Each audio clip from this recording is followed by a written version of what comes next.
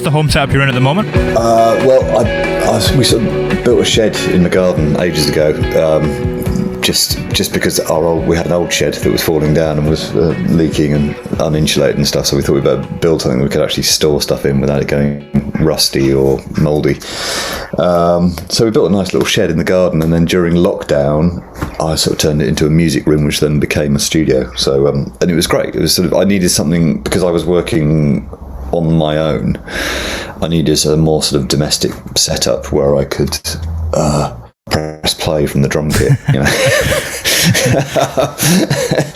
because all my other studios have like a separate live room or too big, so it's like so it was so it just sort of blossomed into a nice little space, but it's gradually being turned back into more of a sort of music room rather than a working studio, or a writing room, should we say.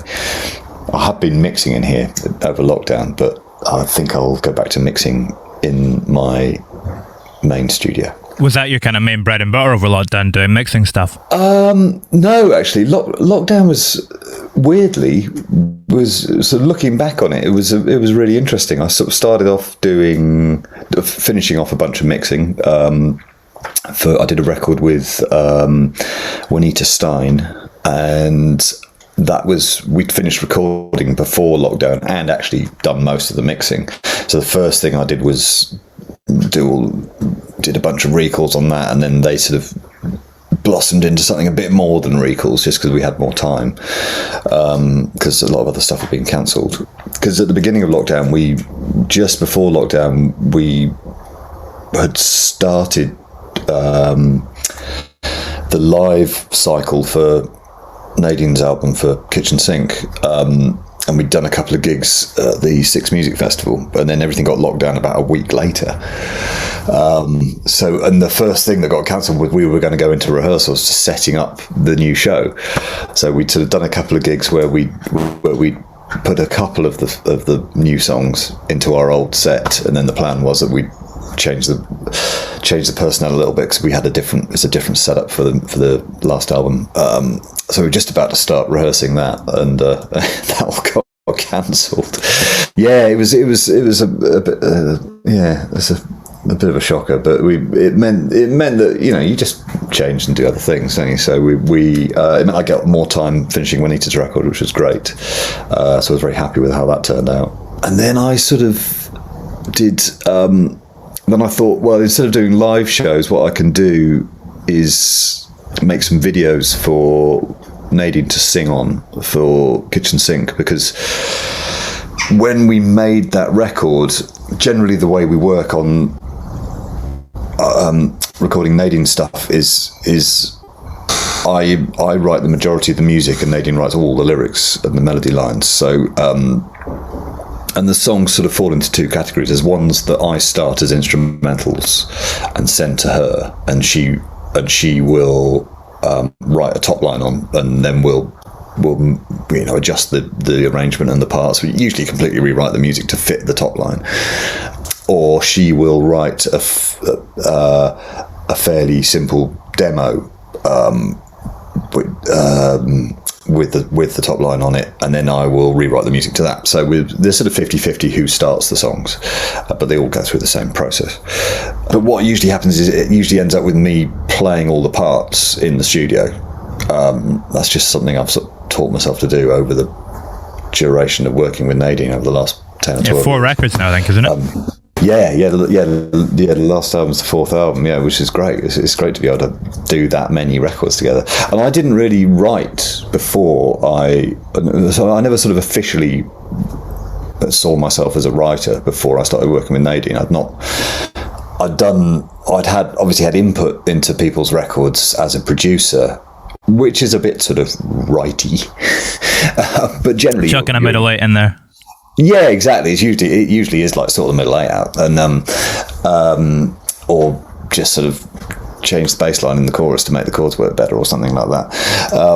So actually building stuff from scratch was something I'd never really done seriously. I'd messed around with it, but never done it in anger. I just sort of taught myself over the last 10 years to play all the instruments, just because it was quicker for me to do it rather than try to explain to somebody else how I wanted it.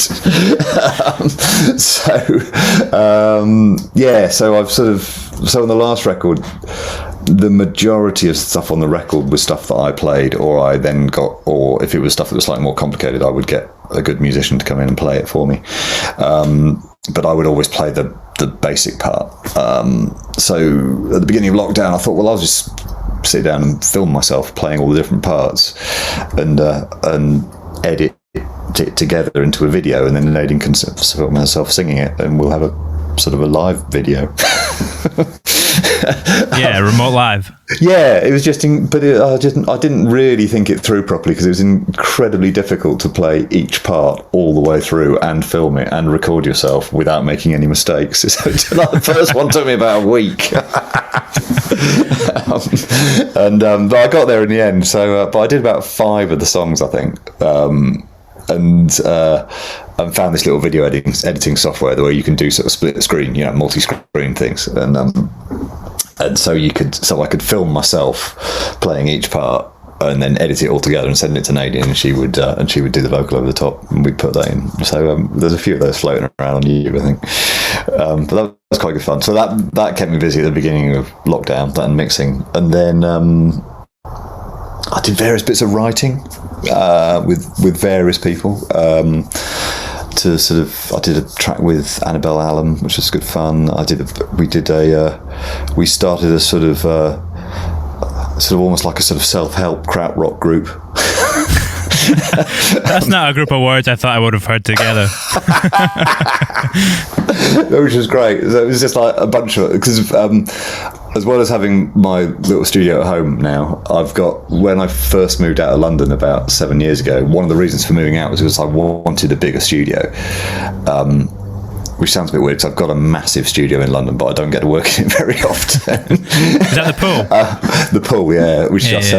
So that was, I think that's about 15 years old now, something like that. A lot of bands have gone through it. Yeah, loads. Yeah, it's great. I love seeing how many bands go through there. It's absolutely fantastic. And I love, because that was born out of a thing where I'd got to a point where I was I was living in London and spending about 10 months of the year outside London, just because I was working with bands all over the place, and a lot of it we'd done. It sort of started with Blur, where they wanted to work in Marrakesh. Damon particularly wanted to work in Marrakesh for a while, so I just put a studio together with a hire company called Tickle, and we took it all. We found a venue in Marrakesh and took it out there and set it up in this sort of abandoned farmhouse on the edge of Marrakesh for 6 weeks.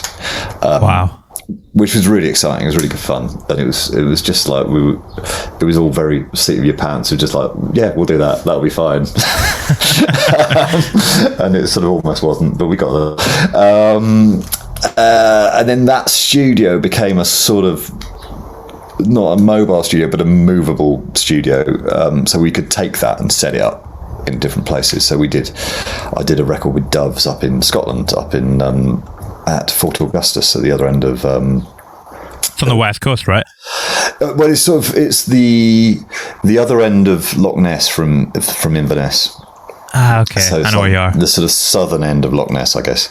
Yeah, it's an amazing place. There's this big old this big old monastery up there, which was which all the monks had kind of died off. There weren't enough monks left to live in it, so they abandoned and I don't know, moved to a smaller one. I don't know what monks do in those situations, but they'd moved on. But we weren't actually in the monastery. We were in an old school, which was just up the hill, which is a sort of almost derelict, but not quite derelict enough for us to not mind putting a whole studio in there. How did you find that? I think that was through a friend. One of the guys at Tickle, a guy called Tad at Tickle, was quite he was quite good at sort of sourcing these places. He sort of knew somebody up there or something, almost like location scouting. Yeah. So he'd found that, and we went up there and worked up there. I think we were up there for like 8 or 10 weeks. It was great. We had a really good experience up there. So and it was all through the summer, and it was a terrible summer. It was like raining nearly every day, and then so we were sort of moaning about the weather, and then it got to the last week and it stopped raining, and we were like, oh great, it stopped raining, and the midges were so bad that we were like, bring the rain back. So that was quite funny. It was a really good time. We enjoyed it a lot, and in that studio, then we set it up again in Scarborough, near Scarborough, in a farm in Yorkshire, and we did. And I did a Futureheads record there. Is that the debut? No, it was a second album. The second one. The poorly received second album.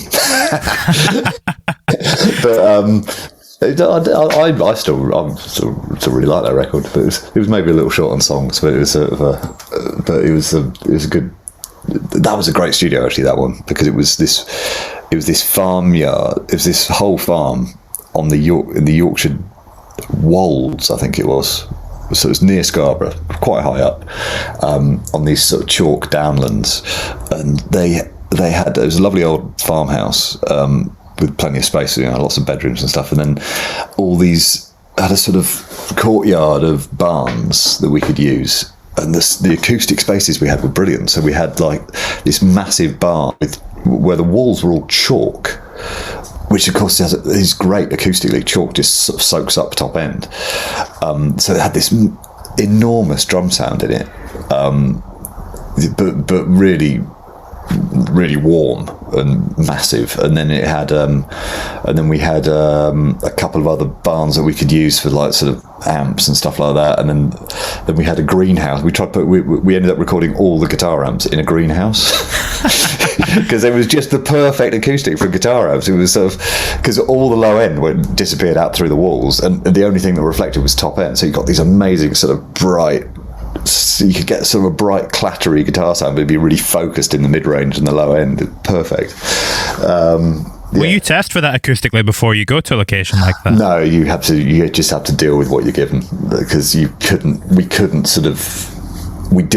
weren't enough places, there weren't enough options. So we were, if I'd gone and said, "Nah, there's not the acoustics aren't good enough," we would have been without anyway. So you make the most of what you have. So the place that we went with in Scotland with Doves didn't have great acoustics, but it had good enough. It had stuff we could do, and then we also we managed to blag our way into the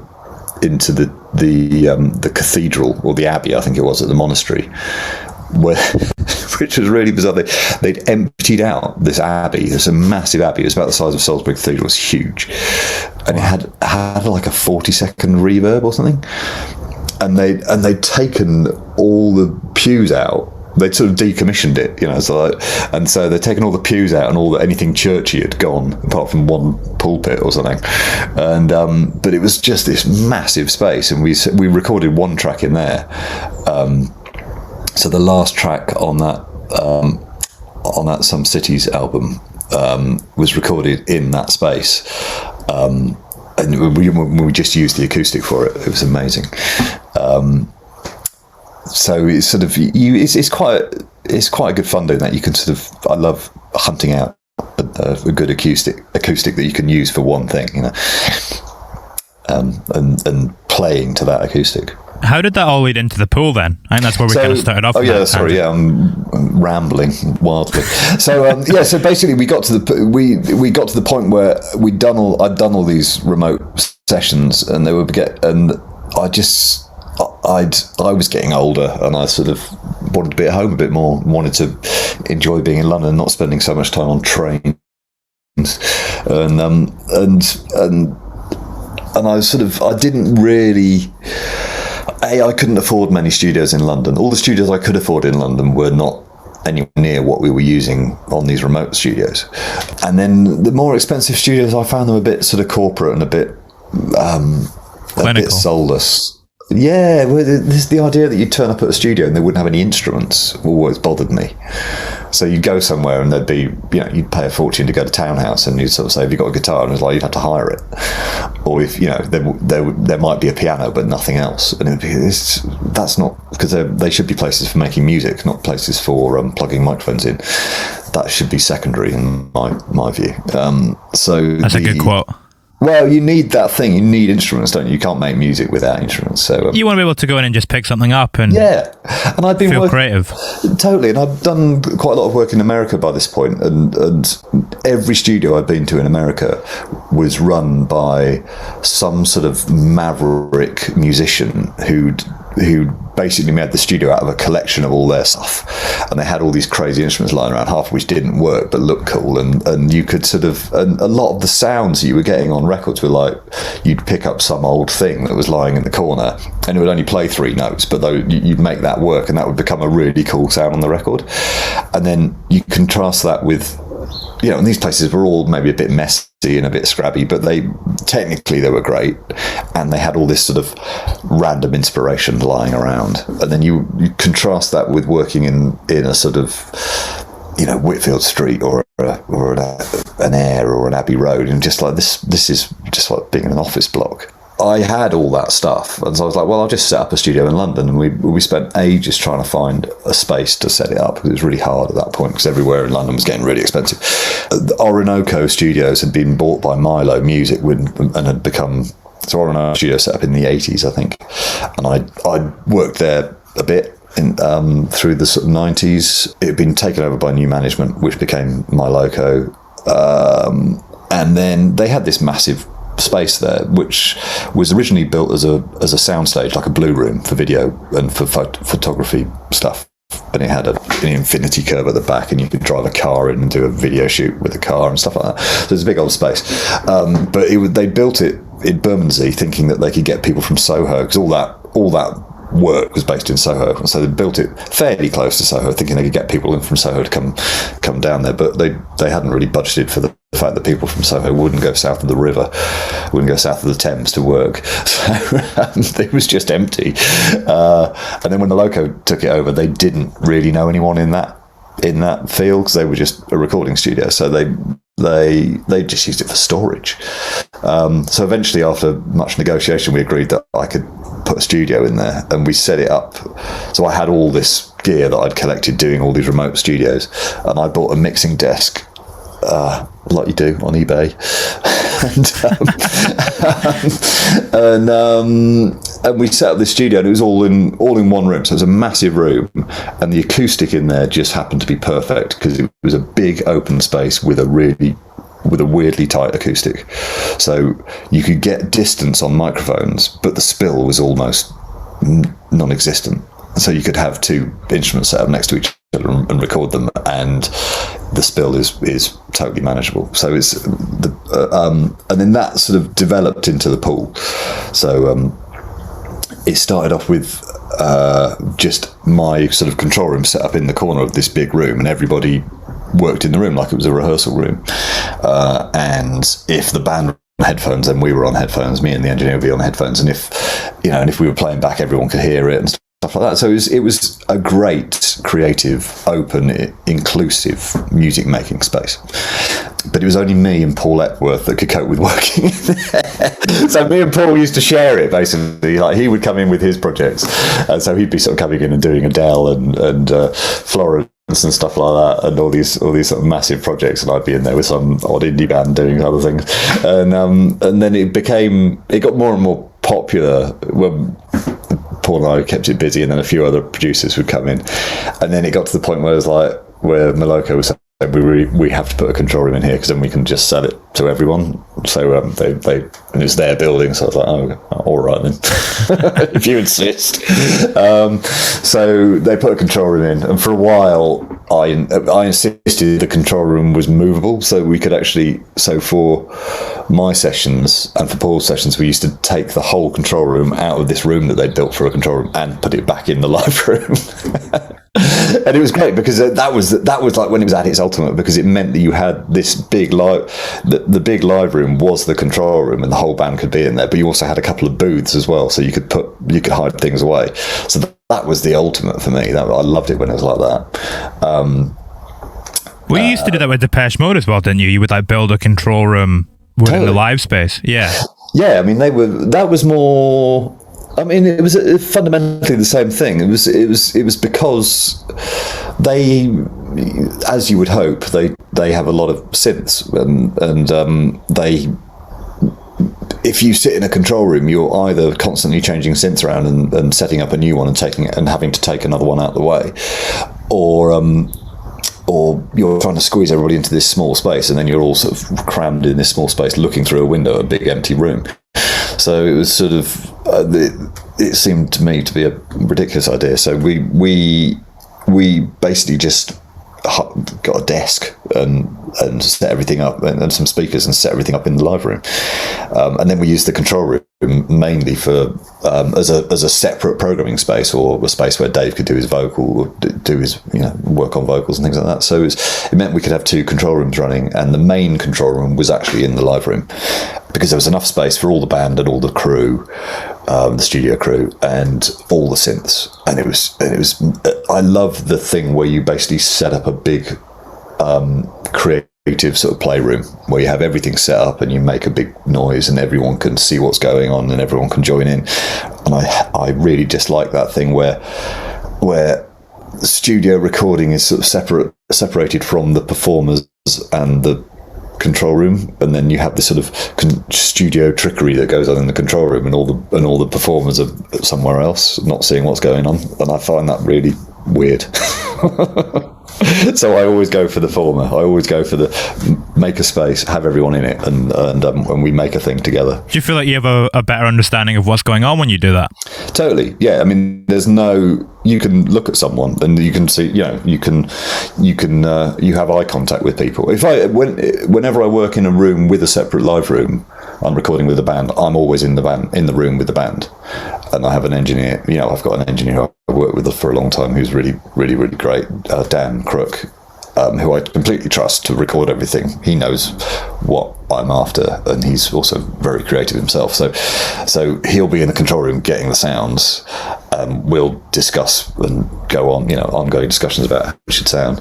But I'll be in with the musicians. I need to be in with them so that when they're playing, I can sort of say, go to the chorus now, or can you just change that, or or they can say to me what happens here, or whatever.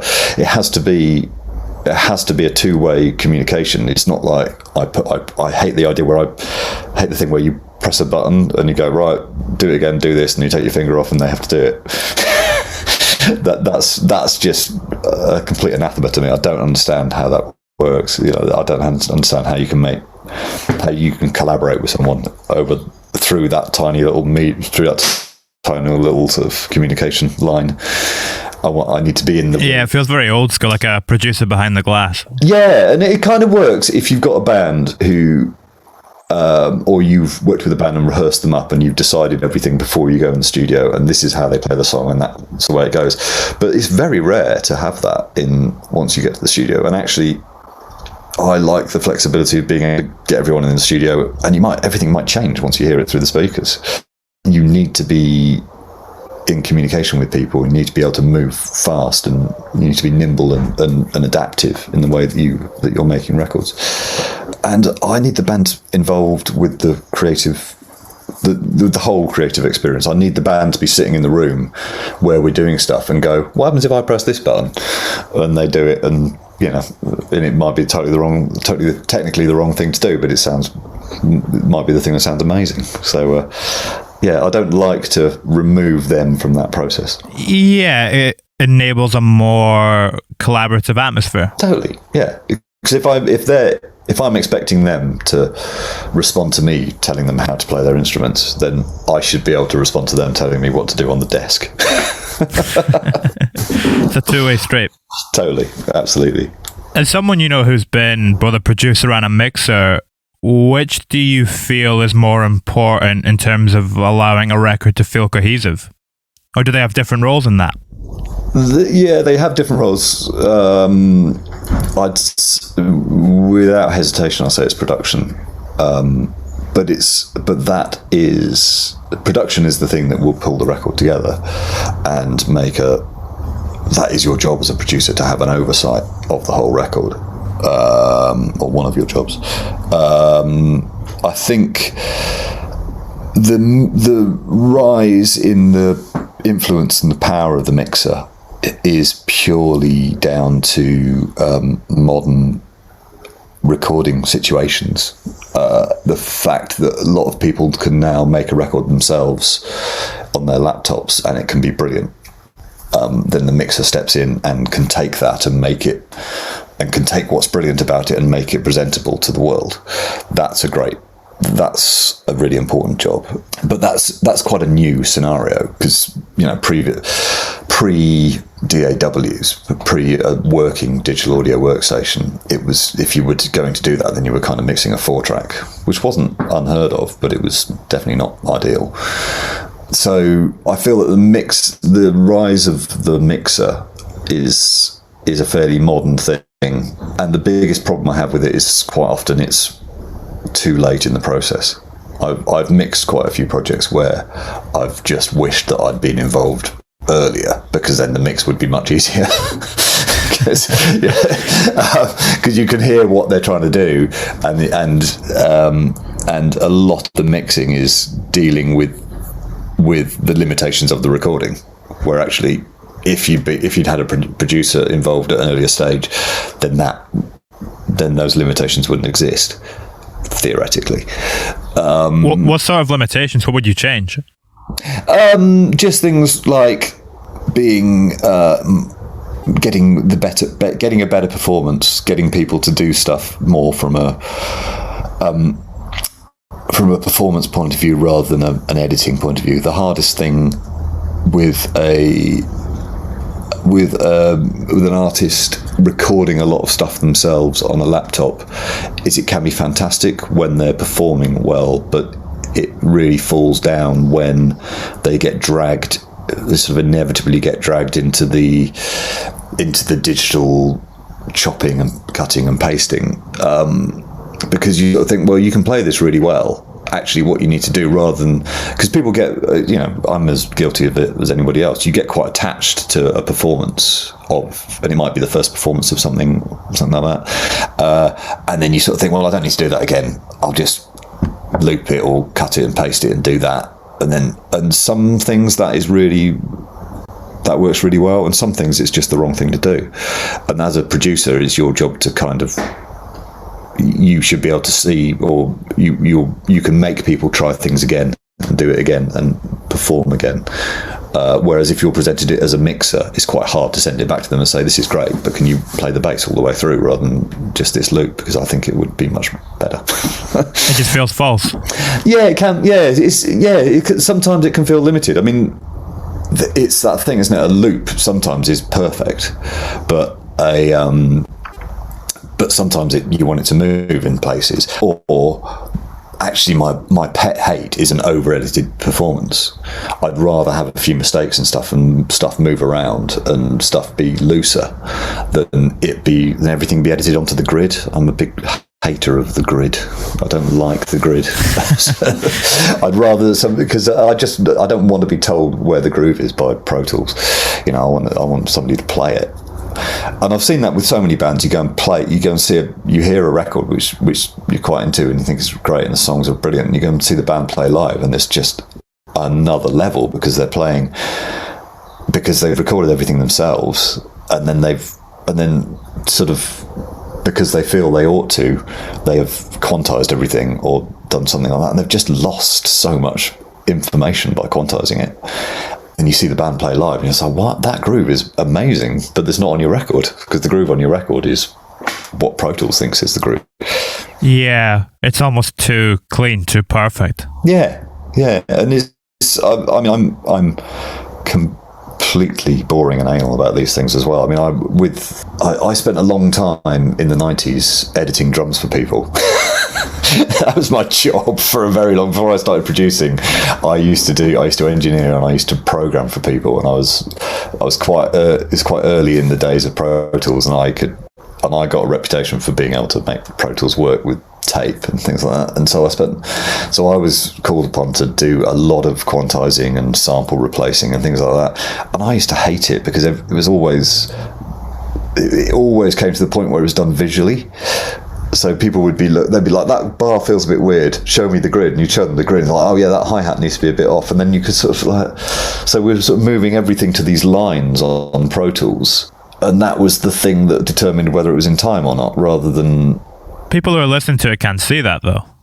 No, exactly, but then they would if they felt something was wrong, so what I would say is like, okay, show me a bar that you like. So this bar here would feel good, and so I'd actually cut and paste the kick and the snare off that bar onto a couple of parallel tracks, and then quantize the groove to that rather than quantize it to the bar to the lines, because then it would feel the same as the good bar, rather than it feeling the same as Pro Tools, if that makes sense. I think, I would find a bar of the performance that people liked, and then use that as my grid rather than a Pro Tools grid. But then, of course, Beat Detective came along, and it was much easier for Beat Detective to do it for you. And Beat Detective, you could do that on Beat Detective, but people didn't. It was they just went, yeah, quantize, go. And there was a lot of records in the 90s and the early noughties where they all had the same feel, and it was absolutely awful. It was whereas I got much more into, I would like to find a bar that felt really good and use that as my template for the whole song. Or if we were using a drum machine, I would for instance, with Depeche Mode, a lot of what we did, getting the feel right on songs, we would try different drum machines to play the part, rather than just program it in Logic, because the feel of a drum machine in Logic is really kind of stiff and unyielding, whereas the feel of, and quite often you might be using 808 sounds or something like that, so we'd get we had the luxury of being able to say, let's get an 808 in, and we'd program it on an 808, and it would feel completely different but way better. Or we'd program it on an MPC or a whatever drum machines we could, because each one would have a different feel. And then we'd try, and we'd do the same with sequences. We'd program, if there was a sequence part, rather than running it on MIDI, we'd run it on analog sequences and we had a few choices, and each one would have a slightly different feel. And so you'd find one, then you'd jam sync it to get the groove right. So we'd spend a lot of time getting the thing to sit just right, and that would be way more creative than just putting it in time in Pro Tools or Logic. Yeah, it's just about finding ways that make it feel more unique to the band. Yeah, exactly. And you get the sound that would be so you wouldn't just be relying on the sonics, you'd be relying on the timing and the feel of it to get the feel of the song. It's like that Blur record as well. You've got the whole kind of jam band type thing going on, where you get that sensation of people playing together in a room. Yeah, totally. Because that's where it came from. That record was all jammed, really. It was nearly every recording on that record was probably the first time they played the song, and usually without any structure. So something like Out of Time was that song came from, Damon had the verse melody, and he had the phrase "out of time," and he had the first lyric, the "Where's the Love Song," I think. And basically we sat them down, and there was a few things that we were trying to do. So Dave Rowntree didn't want to play a straight drum kit on anything, because he'd kind of done that and he felt limited by that. So we were finding different ways of getting him to play. We were getting him to play slightly different instruments and things like that. So the drums on that track are this big old marching bass drum. And I wanted to limit how many bass drums he could play, so every time he hit it, it was really resonant. Every time he hit it, it lasted for about a bar. So I was like, there you go, there's your bass drum. If you play it too much, you won't be able to hear anything. Like, right, okay. And then the ride cymbal was this massive gong that we had, and it didn't have a hole in the middle because it was a gong. So it was sort of leaning on like a tom-tom stand with a load of tea towels wrapped around it, and the assistant was holding onto it so it didn't fall off. And again, that was a really weird sound. So you hit it in the wrong place, it didn't make any noise at all because of the way it was mounted. And so he was sort of, and then the snare drum was this really high-pitched sort of djembe drum that he was hitting, and so just putting him in that sort of slightly awkward place meant that he had to play a groove in a certain way. And then Alex was playing a bass guitar going through my ARP that was ridiculoly distorted, and then the filter was brought down so that you didn't get you couldn't really hear the distortion artifacts. You just heard the low end. But if you played a note, it didn't stop until you stopped it. There was no envelope, if you like. You had full control over the envelope. There was no because of the level of distortion. And then Damon was just playing acoustic guitar and vocal. I think it was acoustic. Yeah. Yeah, I think you're right. Yeah, and they basically jammed it for about 40 minutes. They just played that for 40 minutes, round and round, randomly. And as they did it, they were each of them were learning different bits, and the song was taking shape, and the chords were kind of settling into certain parts. And Damon was singing at the same time. And then to get the structure, I took that recording and essentially comped the vocal into a song with all the tracks underneath linked. So I linked the drums, the bass and the guitar with the vocal, and I comped the vocal so that the vocal was really good and the music below was whatever happened to be below it. And that's how we got the song. Almost like sculpting it out of ice. Yeah, and it was it was all this sort of like, because there was some just amazing stuff that Damon was doing vocally, and every time he did that, the other guys were just responding to it. So every time he sang something really good, they played really well because they were playing as a group, and they were all listening. They're great at playing together, and so basically, about 40 minutes of playing and about 2 or 3 hours of editing made this song, and then which was great. And then and then the battle after that was to complete the song without losing the vibe of that original version. So most of the lyrics were just garbled sounds because we hadn't written the song at that point. Damon hadn't had a chance to write the lyrics. He had a few phrases. We knew where the key phrases were, but then Damon and I, because we actually recorded that in Damon's sort of project studio before his old one, the old 13, up in Kensal Rise and Ladbroke Grove sort of area, which is essentially like a little industrial unit. He put a studio in, and the drums were in the kitchen and stuff like that. And then we went to Marrakesh, and we spent we'd done a couple of overdubs on it in London, just to make, once we'd done the edit, just to kind of make it more complete. And when we got to Marrakesh, we had a Moroccan orchestra come in. That was called an Andalusian Orchestra, and they came in, and we had a lot of discussion with them before we went out in an incredibly confusing manner, saying how we wanted to get them to play on some stuff, and they're like, yeah, brilliant. You just we were saying, well, do you want us to arrange stuff for you? Do we need to get a string arranger to write out parts for you? They're like, no, we don't write out parts, you just tell us what the key is, and then we'll play what we play in that key at the same speed as your song. They're like, right, so you'll just play your thing and we'll record you. Like, yep, that's what we do. It's like, okay, so we have no control over this till, like, no, you just you get what you're given. It's like, all right, embrace the chaos. Yeah, totally. And so they turned up, and they were amazing. There was about 20 of them, and they were fantastic musicians, and we had this big old, like, reverberant concrete sort of derelict farmhouse that was, and we had about 10-second reverb time in the control room, and they were set up in this sort of covered courtyard next to the control room, and so we had it really quiet in the control room, and I was sort of trying to send them, I was getting up a headphone mix and stuff like that, and had all the mics up, and when they play, I hit play, and they just sort of joined in. So I was like, oh great, I'll record this, and they just joined in, and we got all the way through, and they were playing stuff, and we were sitting in the control room, this is amazing, this sounds fantastic, and everything they were playing was following the music really well. It's like, because we were expecting absolute chaos, but it turned out they were playing stuff that was just like brilliant. And we got to the end of the take, and we were like, that was amazing, and they're like, great, should we do a take? And I was like, what do you mean? It's like, well, we haven't got it in our headphones. So I don't know what they were playing to. They must have been able to hear some. There wasn't really a window between the control room and the live room, but they must have been able to hear a little bit of something just spilling through. And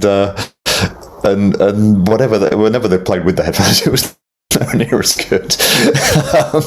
So it was great. They just had this thing that appeared out of nowhere, and that was amazing. And then Damon and I spent, I think it was 5 days, just like two sort of rutting rams at each other's heads trying to get the vocal right, because Damon was writing lyrics to the original guide vocal, and I was adamant that it had to scan exactly the same as the original guide vocal, which of course is incredibly difficult to sort of like try and put a lyric which means something and isn't really trite to something which is basically just a melody which is sung with gibberish but has a great sound and has a great rhythm. So it was really, really hard, and he just worked his arse off, and I was just like this immovable object saying, no, it's not good enough, and he just kept redoing it, and it drove him absolutely mad. But he did a fantastic job, and he ended up with this great lyric and a great performance on top of this song, which was, so it was like reverse engineering the song almost. It was but I love doing stuff like that. It was good. Yeah. How does the way that you experiment with a band at that stage in their career compare to, say a band on their debut? Like, I mean, you did the Horrors debut, didn't you? I did, yeah. I did sort of half of it. Weirdly, the Horrors one was quite similar. I mean, most bands on their debut, it's by the time they get to me, they sort of have all the songs almost set in stone, and it's quite hard to get them to change stuff. But because they're their first set of songs that they've written, usually, it's that old story of like you have your whole life to write your first album, and the second album you got to do in 6 months. So it's like so the first albums, it's often quite organised already, and the songs are quite accomplished already. The Horror stuff, they'd done. They hadn't been a band for that long when I worked with them, and I had a hilarious meeting with the A&R guy who I was in the studio working with a singer called Kathy Davey, and he sort of like, can I come and play this band? It's really important. I've got to do it really quickly. It's like, yeah, you can come to the studio, but we're working. And of course, he turned up like 2 hours late. And then kicked classic A&R. Yeah, the whole band. It wasn't even his band, it was like he kicked the whole band out of the studio. So it was very important that he had to play me this stuff, and nobody could hear it. And he turned up with this CD with he put it in, because it was like in those days he had CDs, and he put the CD in the CD player. He got everybody out of the room. It was just me and him in the room, and he put the CD in. And it came up with had like 14 tracks. I was like, oh right, this is going to take ages. And he hit play, and there was just like this squalling, shouting feedback came out of the speakers, and it's just like intense noise. And then he hit stop. And he went, "What do you think?" I was like, yeah, I'm liking it so far. And he's like, that's the bit. So he said, they've been in the studio. That's the bit I like. So I was like, right. He went. I need you to. I need like 3 new songs. And because I think I was free the next week or something like that, or the week after. I need 3 more songs, and you've got like 2 weeks to do it. I was like, right. Okay, and I said, well, can I have that CD? He went, no, that's all I'm going to play you. I went, have they got any songs? He went, I don't know. It's like, right, okay. Anyway, I've got to go. So we went in the studio a couple of weeks later in the pool, and they sort of, I don't think I met them before we went in either. I can't remember. I think they just turned up, and they sort of turned up in dribs and drabs over a couple of days. So it wasn't until day 3 where I had them all in the same room together in our first 5-day session, and so we just sort of started. And I said, "Have you got any songs?" They went, "No."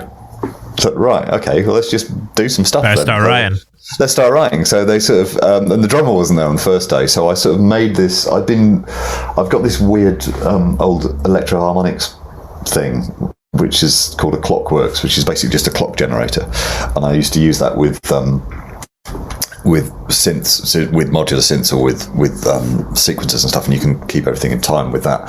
So I'd had this idea that I wanted to build a mechanical drum kit out of it. So I thought, right, well, we'll do this.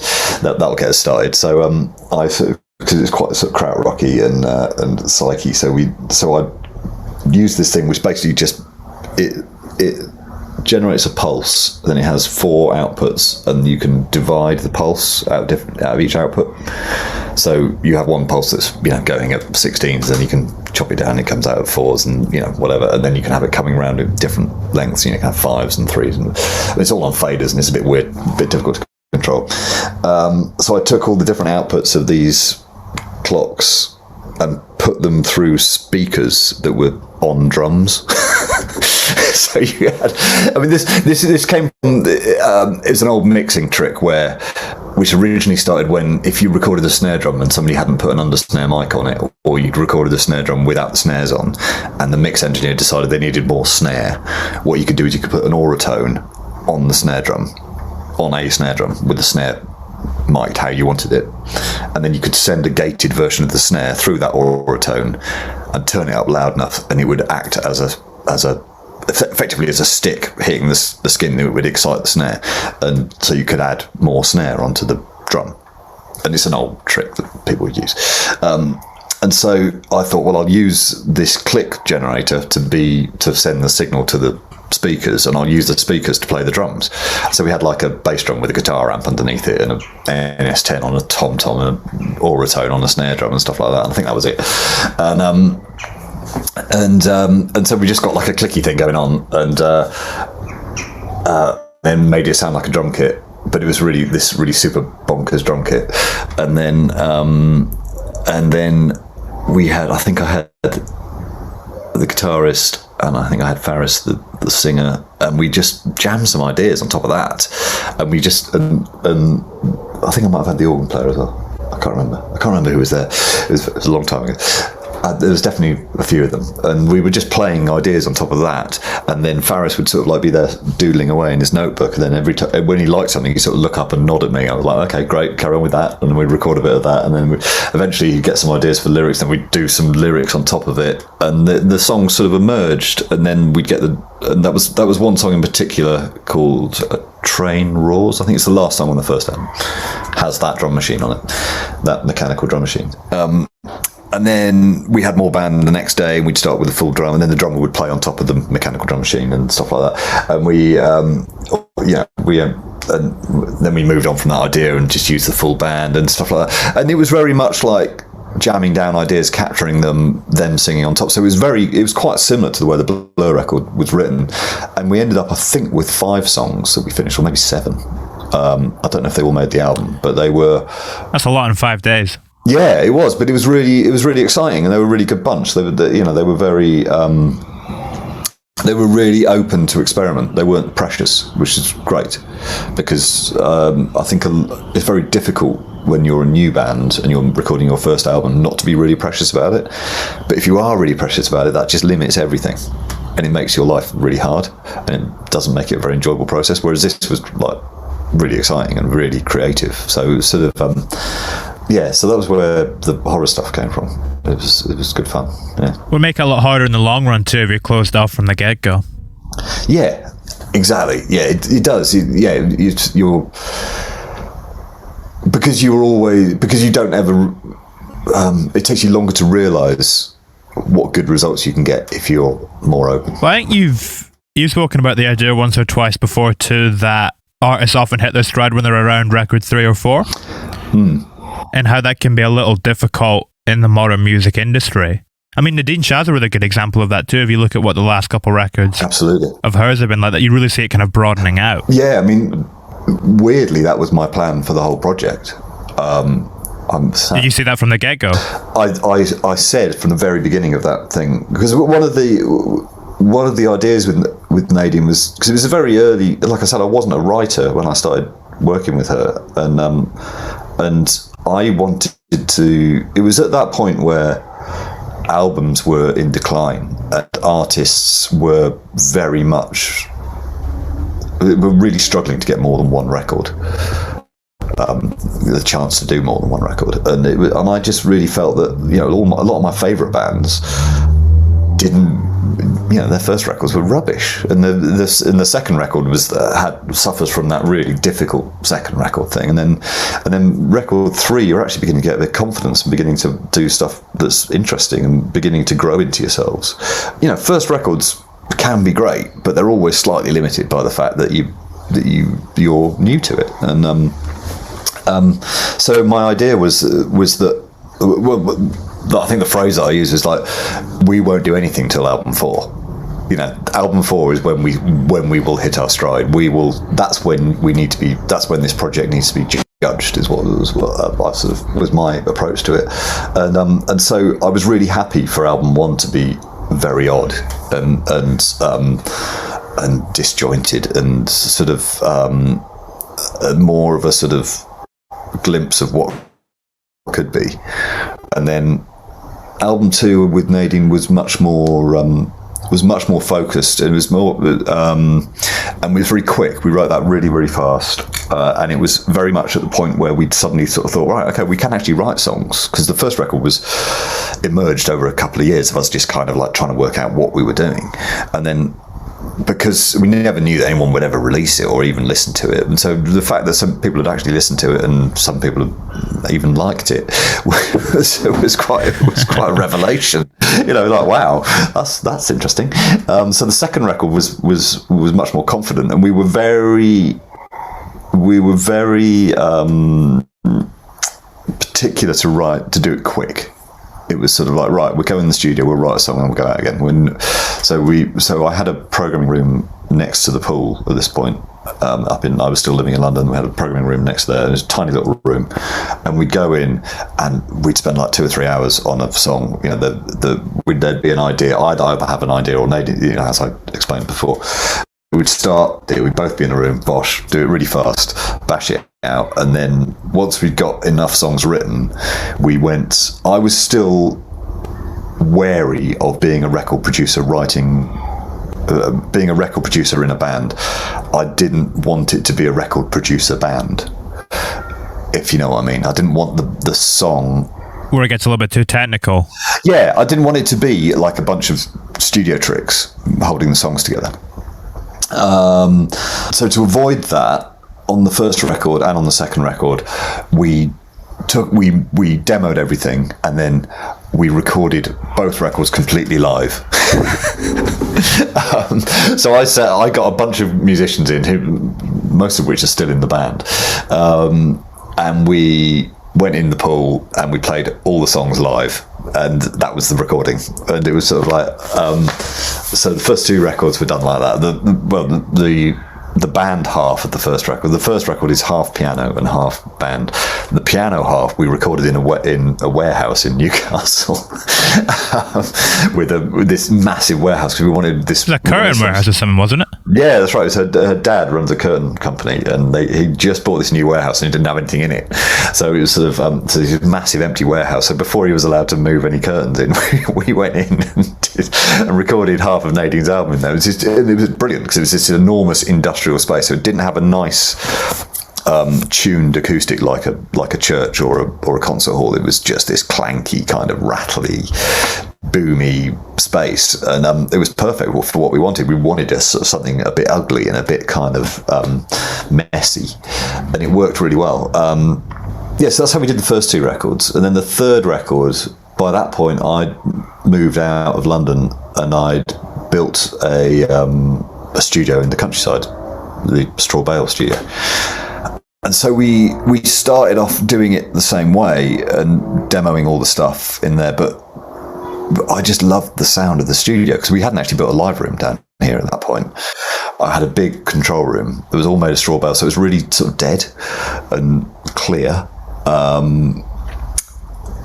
And I was really enjoying all the sounds that were coming out, and I bought this ridiculous drum kit with a 26-inch bass drum, and I was playing it in this really dead room in the control room, and it sounded brilliant. And so I was like, well, this is great. And Nadine wanted to have a poppier sound. She wanted poppier in a more produced sense. She wanted to have a not just that. I sort of lumbered her with this sort of live sound for the first 2 records. She was like, please, can I have some keyboards? Please, can I? And, please, can my records sound like other people's? It's all right. So we ended up using a lot of the recordings of the demo in much the same way that I had done on the Blur record and things like that. So on Holiday Destination, it was much more. We'd used the demo stuff a lot more, and it was more, and as a result, it was more me playing. There was more of the musicians on that record than the last record, but because a lot of it had come from the demo and a lot of the performances and the sound to what I wanted, we ended up using quite a lot of the demo stuff on the, we got Neil McCollin and Ben Nichols in to play the bass parts and guitar parts where I felt that my performance wasn't good enough, which is quite often. And Pete Wareham would play the sax, but everything else was kind of like the demo stuff. And that worked really well, and I was really happy with how that record came out. And it did well, it got the Mercury nomination and all that sort of stuff. So, and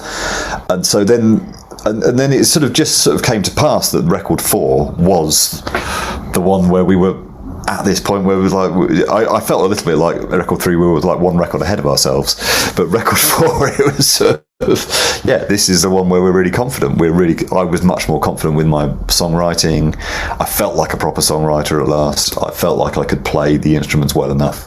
Nadine felt like she was really in command with her lyric writing and really in control of it, and she was really doing stuff that was, she was confident and had a swagger to it, which was fantastic. And the two of us felt like we were writing songs much better. So we did all of record 4 down here in the farm. We had live room by that point as well, which was quite nice.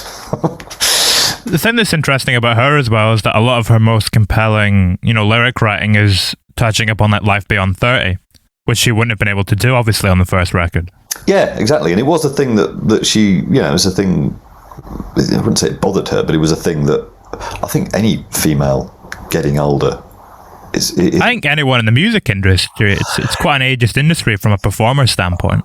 Oh, absolutely. Yeah. No, it's ridiculous. And I quite enjoy the fact that with Nadine we have, there's definitely some of us in our 50s, or if not more, in the band.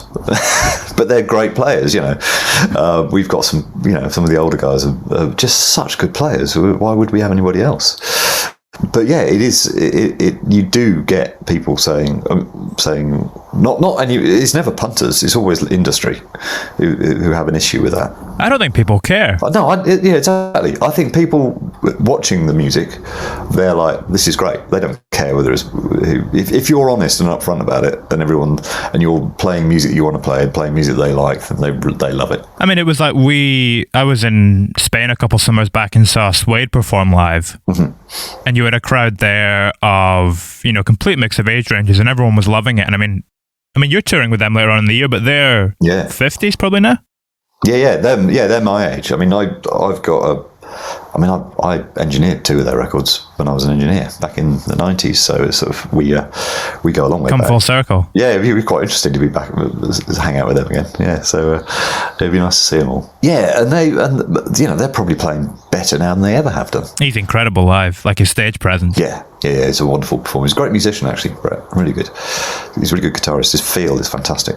Are there any parallels in the challenges of starting and finishing a record? Yes, there's. I think they're very different points in the record. I think the beginning of the recording, like starting the recording of a record, you want people to be as open and as creative as possible, and you want you want a spark, you want things to happen, and then by the time you get to the end of the record, you want it to be focused. So you want a kind of a messy start where anything can happen, and then at the end. This is the best way I like it anyway. And then at the end, you want to reach this focus where it's very clear what's in the process and what isn't.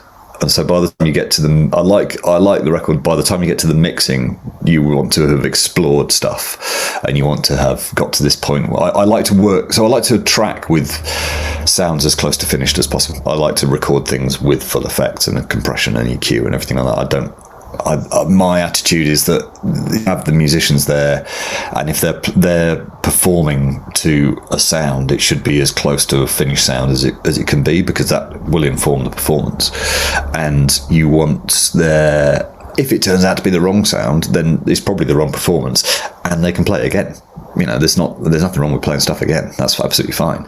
If you're changing the sound and making things more interesting, then that's what you should be doing. then if you're refining stuff, that's really good. So I really don't mind committing sonically and committing performance-wise, knowing that it's really easy to do it again. And the same comes to like vocal performances and everything like that. I like to get vocals done early. I don't like to finish songs before the vocals are done, because I think you need to finish the song around the vocal, because it's the main. As soon as you start singing on it, everything changes. So having a final vocal performance not at the end of the recording process is quite important. So yeah, it's like a process of refinement and focus, and that starts from being no focus to being or very very broad focus, being getting everything to sit right.